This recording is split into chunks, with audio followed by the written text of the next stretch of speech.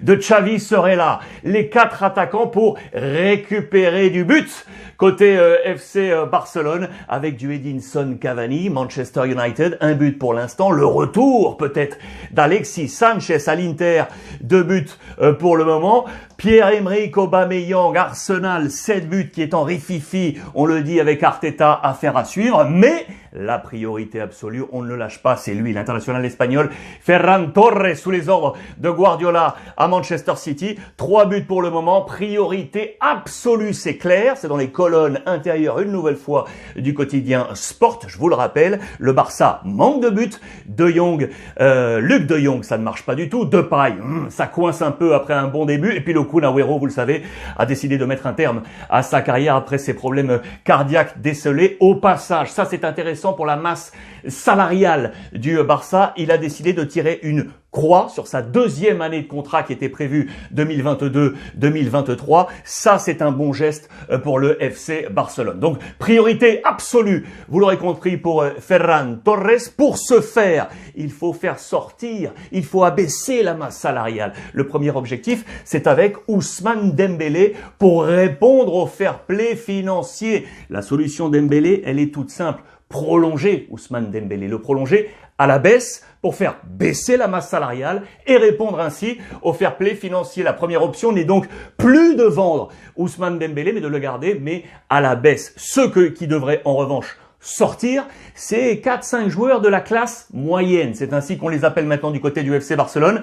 L'incarnation d'entre eux, c'est lui, l'ami Frenkie de Jong qui ne marche pas du tout, ou peu, pardon, au milieu de terrain du côté du FC Barcelone. Il ne s'est pas encore littéralement adapté. Il faut dire que le terrain de jeu n'est pas facile du tout pour lui, mais en tout cas, il n'est plus un intouchable. Et on nous dit que le Barça est prêt à le mettre sur la voie des transferts. La voie est libre pour lui. C'est la même chose, vous le voyez, via libre pour Sergi Roberto, le couteau suisse du couloir droit, qui lui aussi pourrait sortir. 3 autres joueurs de la classe moyenne en tout, donc, avec l'ami donc Frenkie de Jong.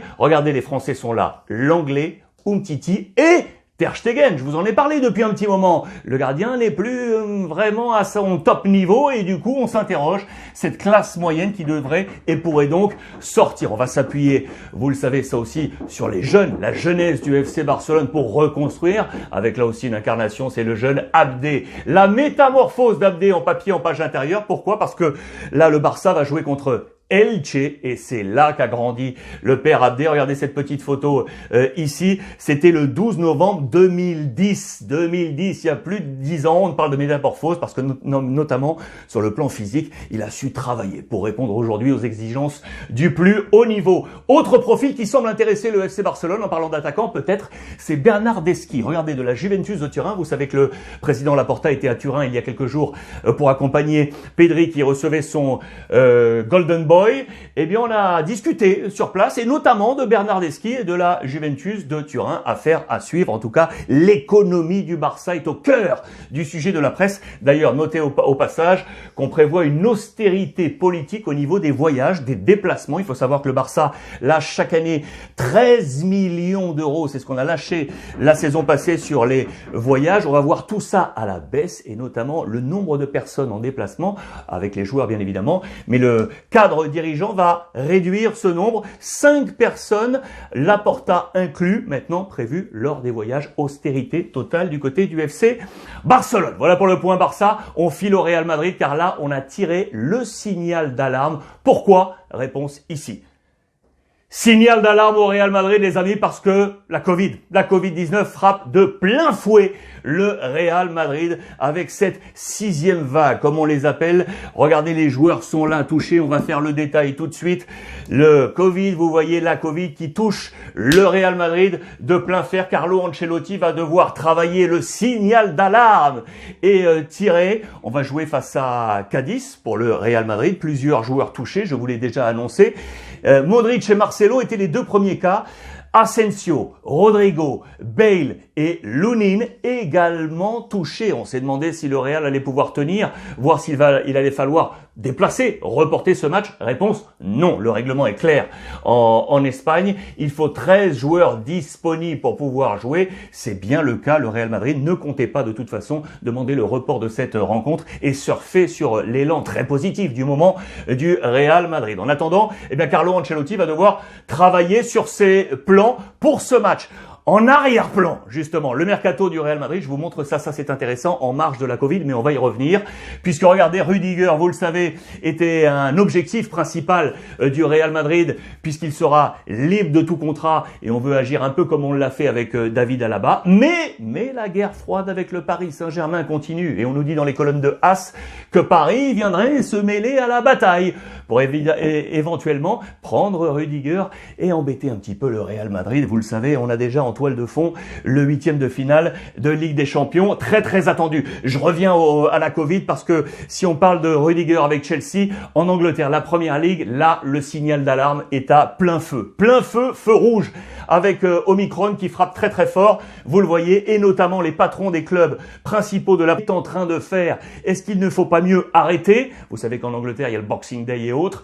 Pourquoi? Parce que les chiffres sont en pleine hausse du côté de la Première Ligue. Vous le voyez, ces jeux de mots avec Omicron et Omicronique ici. D'autres jeux de mots à la presse avec le chaos total ici ou encore le carnage. Vous voyez, ce sont des mots très forts. Il faut dire que les chiffres sont en grande hausse. Regardez, je vous ai montré ça, c'était dans les colonnes de la Gazzetta dello Sport. Ça, c'est la courbe des tests réalisés semaine par semaine du côté de la Première Ligue. Vous voyez que depuis début novembre, eh bien c'est en hausse, et en bas ici c'est le nombre de cas Covid sur les dernières semaines également. On est arrêté au 6 décembre, mais vous voyez qu'on est en hausse croissante. On était à 42 cas en Première Ligue au 6 décembre. C'est croissant au risque du côté de la Première Ligue. Affaire à suivre sur la tenue, oui ou non, du calendrier. Je vais vous emmener maintenant en Italie parce que là c'est très chaud également avec le principal dossier.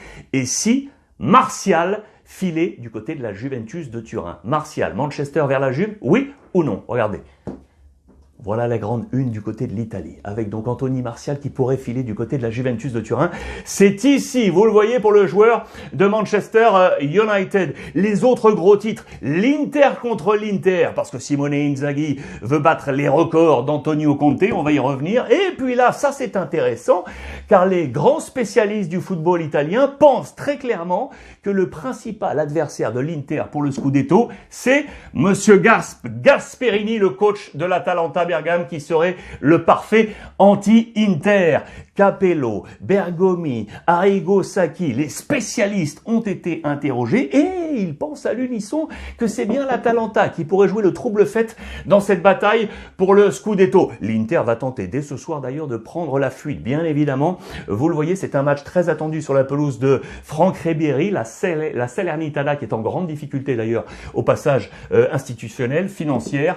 Mais l'Inter va tenter donc de fuir pour lancer la fugue avec un super Dzeko. Notez au passage que l'Inter sur le plan offensif marche bien. On craignait avec le départ, je vous le rappelle, de Lukaku. Dzeko est venu parfaitement pallier ce départ.